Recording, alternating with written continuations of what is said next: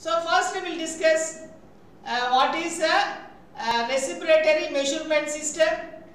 So respiratory measurement system. Respiratory means it's related with the lung function. How we are going to measure the lung function with the help of equipments. So that is called measurement. Here the main aim is the measurement system. It is used to measure the respiratory rate in humans and counting the number of breaths for 1 minute. How much amount of breath the human is taking in 1 minute, that you are going to calculate with the help of instrument. So the definition wise, when we tell means the respiratory measurement system, it is describes the respiratory rate in a human is measured counting the number of breaths for 1 minute through counting how many times the chest arises. A fiber optic breath rate sensor can be used for monitoring patients during a magnetic resonance imaging scan. The respiratory rates, when it increases, it indicates that it may have patient have fever, illness or other medical condition. Such a high useful of these respiratory measurement system.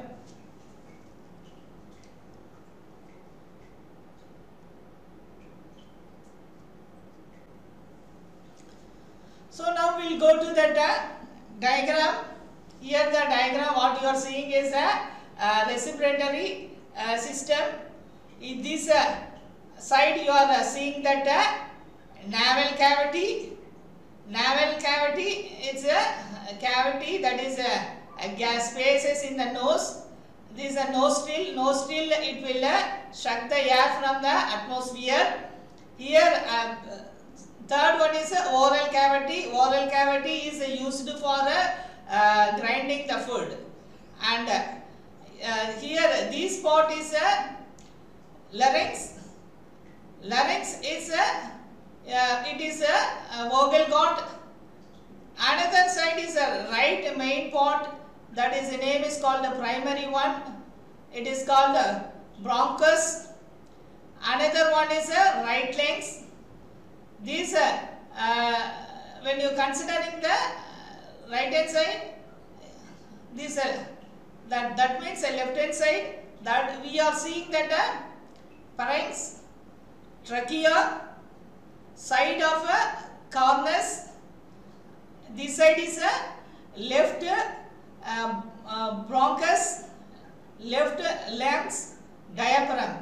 So these are all entire parts. It's involving the respiratory mechanism. So that is each part it is contributing its own functioning. That will discuss in the next coming slides.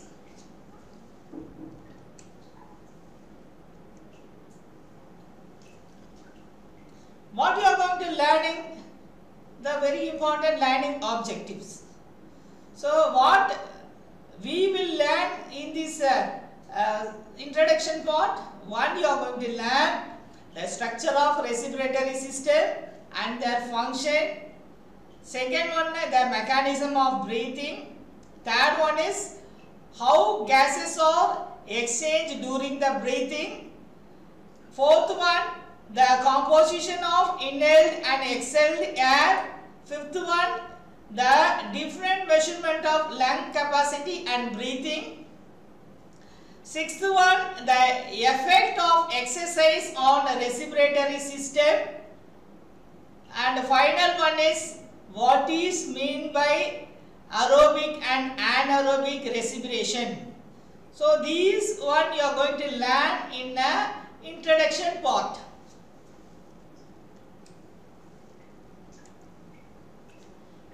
So first we will see about the nasal passage lungs and lungs. So what is a nasal passage?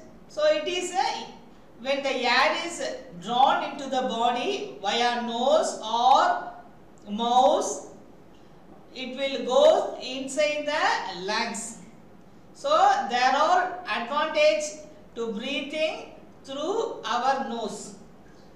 Okay, some people if they are not able to breathe, so they will open their mouth and take the air inside.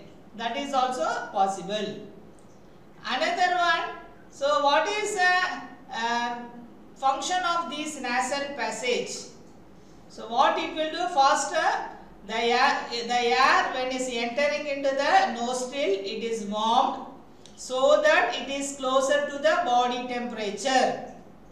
Second one, so there is a tiny air and mucus are in our nostril. So what it will do, it is act as a filter. So what is that one? It is the air is preventing larger dust and pollen particle. That is pollen particle is it is called a smoothened particle or a very dust particle, we can say. That particle not to reaches to the alveoli. So what is happening? The nose, it acts as a filter. It will protect from largest dust and pollen particles. So another one, what is the role of mucus moisterants? Mucus moisterants the air, making it easier for alveolar to absorb.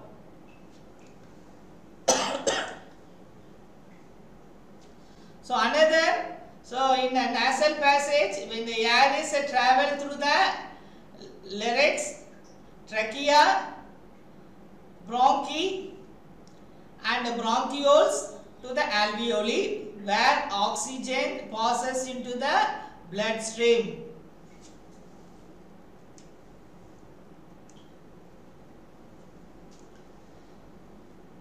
Friends, this is another part.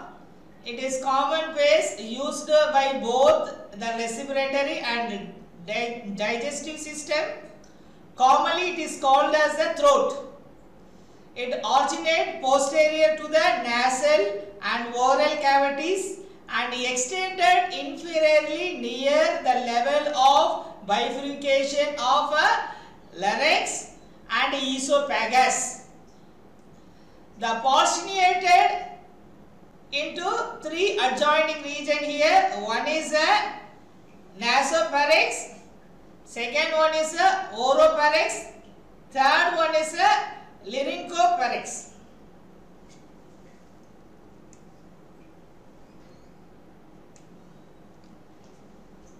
Larynx. What is larynx? Larynx is a voice box. It's a short and somewhat cylindrical airway ends in the trachea. The another name is called as a vocal cord. What is the functioning? It prevents solid material from entering the lower respiratory tract, conducts the air into lower respiratory tract, and also it produces sound. Here it gives muscular walls, aid in voice production and swallowing reflex. Here it has three kind of part. One is glottis. So glottis, it is a superior opening of larynx. Epiglottis, it prevents the food and drink from entering airway when swallowing. Another part is a pseudo stratified ciliated glenoid epithelium. That also it is involving in a respiratory functioning.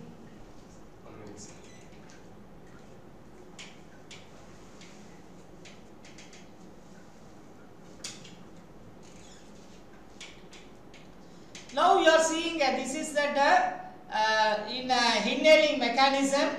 So you are seeing that rib cage. The rib cage is there. Here when we are inhale, what is happening? So the rib cage elevated. When we take a deep breath, the rib cage is elevated. So which one is providing elevation? With the help of diaphragm contracts, and when it's moved down, so that is there is a atmospheric pressure changes in outside pressure and inside the chest. So diaphragm, it produces minus 4 mm Hg negative pressure. When it's create negative pressure by a diaphragm, it will go down. When it's go down, we will take air inside the lungs. So that is called the mechanism of inspiration. So when we get inspiration, when we have breathe in. So when we have breathe in, we will get mechanism of breathing. That name is called as inspiration. So in inspiration, the intercostal muscles between the rib which contact, and it is having pulling the chest wall up and out. The diaphragm muscles below the lungs contracts and flattens, increasing the size of the chest, and the lungs increase in size, so the pressure inside them walls, and this causes air to rush through the nose or mouth.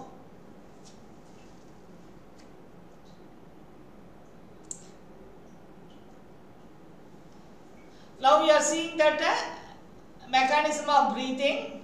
So when we having an inspiration, that is a breathing in, what is happening? The rib cage, the chest wall, it will be elevated.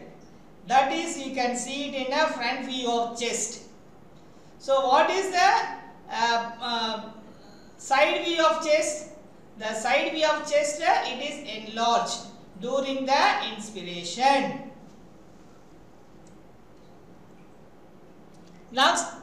Next we will talk about mechanism of breathing in expiration. So expiration occurs, that is you are going to breathe out. You are going to take the gas out from the lungs. So what is the main function of a rib cage here? When breathe out, it is automatically, it will go to its original position. That is, the rib moves in and down, and the diaphragm, it is come into its original position.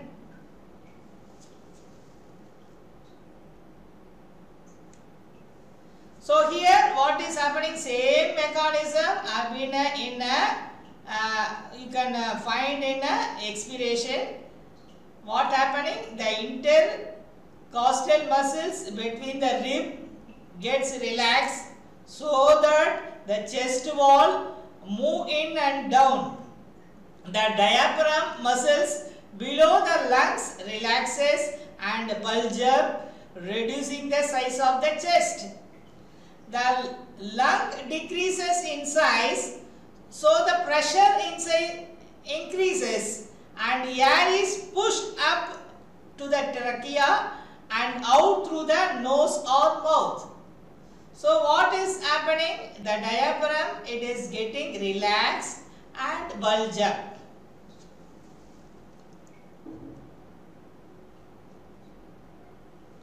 So when breathing out, the rib cage, it will going into the original position, that you can feel it in front view of chest, and also the side view of chest. What will happen? It will shrink.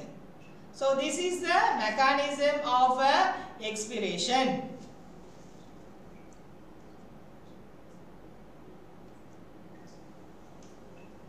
Now what is happening during the inspiration and expiration? So there is a main mechanism, that is called gas exchange at the alveoli. So the alveoli are bunches of tiny air sacs inside the lungs. Each individual sac is called the alveolus. When we breathe in, they will fill with the air. When we breathe out, they will empty in that pot. The alveoli are covered in a tiny capillaries. Name is called the blood vessels. The gases can pass through the thin wall of each alveolus and capillary and into the bloodstream. Gases can also pass from the bloodstream into alveolus.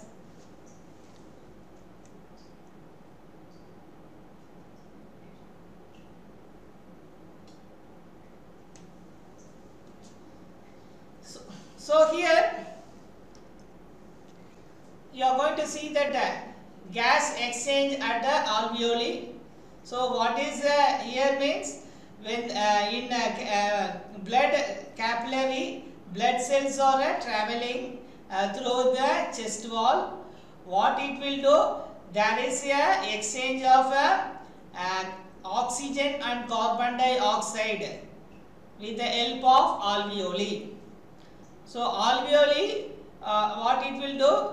It will bring the air from the atmosphere and it will transfer the air to the blood cell.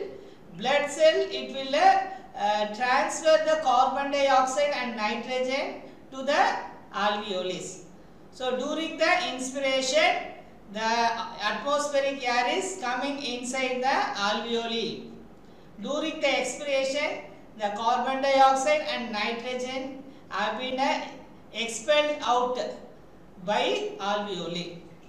So here, what are the part it is involving here?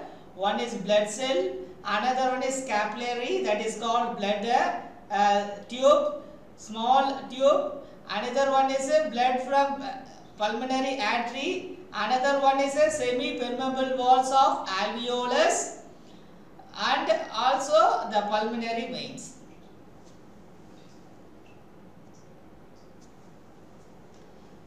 So, what is the composition of inhaled air and exhaled air?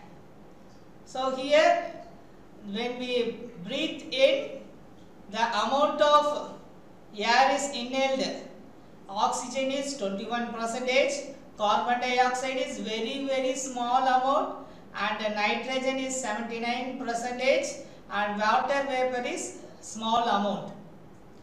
When he breathe out, so what amount of air exhaled from our lungs? Oxygen is 70%, carbon dioxide is 3%, nitrogen is 79% and water vapor is large amount.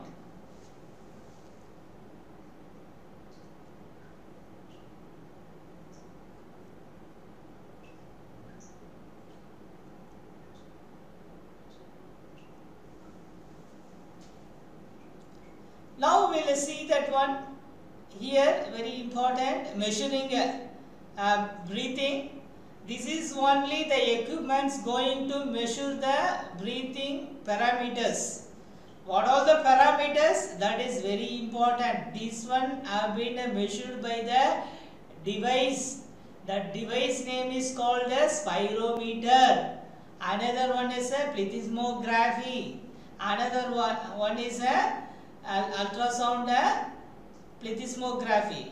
So many devices are there in order to measuring these breathing parameters. For that, what are the breathing parameters are? Here we have to learn. One is a tidal volume. What is tidal volume? It is the amount of breath in and out in one normal breath. That is a normal breath. We have no breathe in, breathe out in a normal manner in 1 minute. So how much the breathe in, breathe out are counted? That is called as a tidal volume. Next one is called a respiratory rate. It is how many breaths you can take per minute. Third parameter is a minute volume. Minute volume is a volume of air we breathe in 1 minute. Next is a very important vital capacity. Vital capacity is a maximum value of air we can breathe out after breathing as much as we can. Final is called a residual volume. The residual volume is the amount of air left in our lungs after we have breathed out as hard as we can.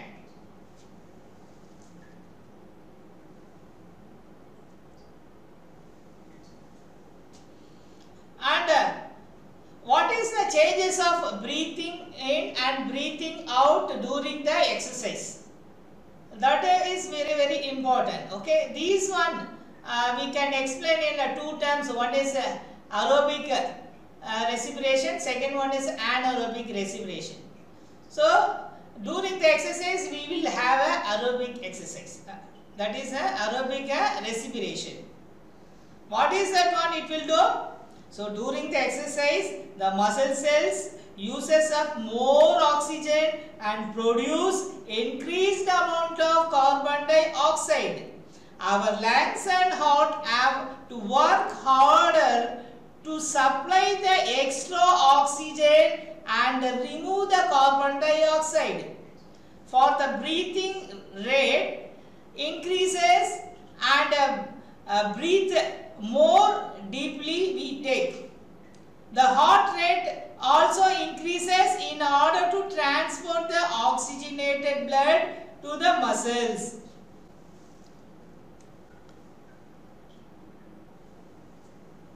So during the exercise, what is happening? Here you are going to see it. So breathing during exercise, the muscle cells inspiration increases, more oxygen is used up and the level of carbon dioxide is rise. The brain detect increasing level of carbon dioxide. It gives a signal to the lungs to increase breathing.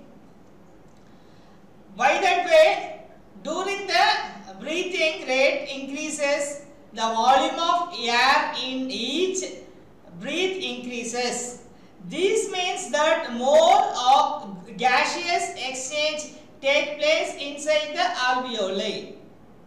So here the main brain also tells to the heart to beat fast so that more blood is pumped to the lungs for gas exchange. And more oxygenated blood gets into the muscles and more carbon dioxide is removed.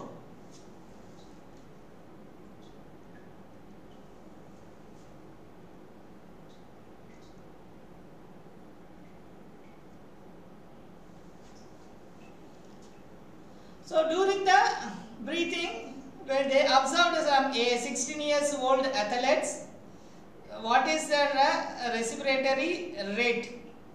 So during the rest, the respiratory rate is 14 breaths per minute.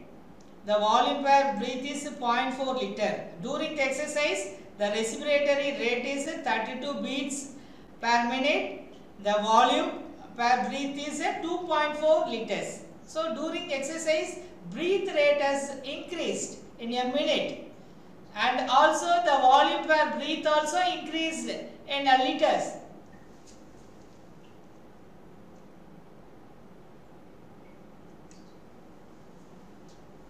So respiration.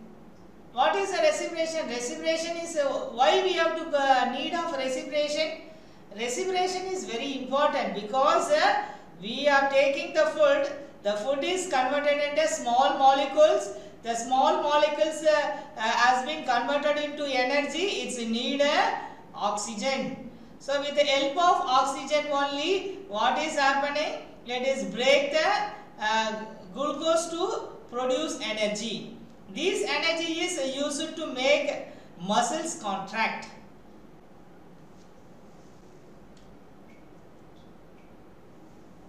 Next one, that is during exercise we are calling as aerobic respiration.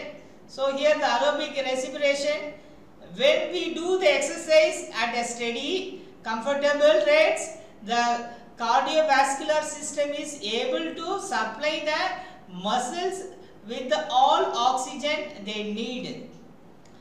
Here under this condition, aerobic respiration takes glucose and oxygen, convert as energy, carbon dioxide and water. So aerobic exercise can be maintained for long periods without performer getting the breathless or suffering muscles cramps.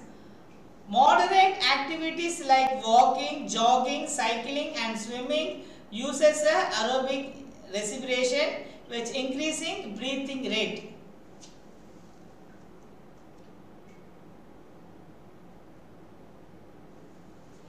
Anaerobic respiration, when we exercise at high intensity, the cardiovascular system cannot supply enough oxygen to the muscles.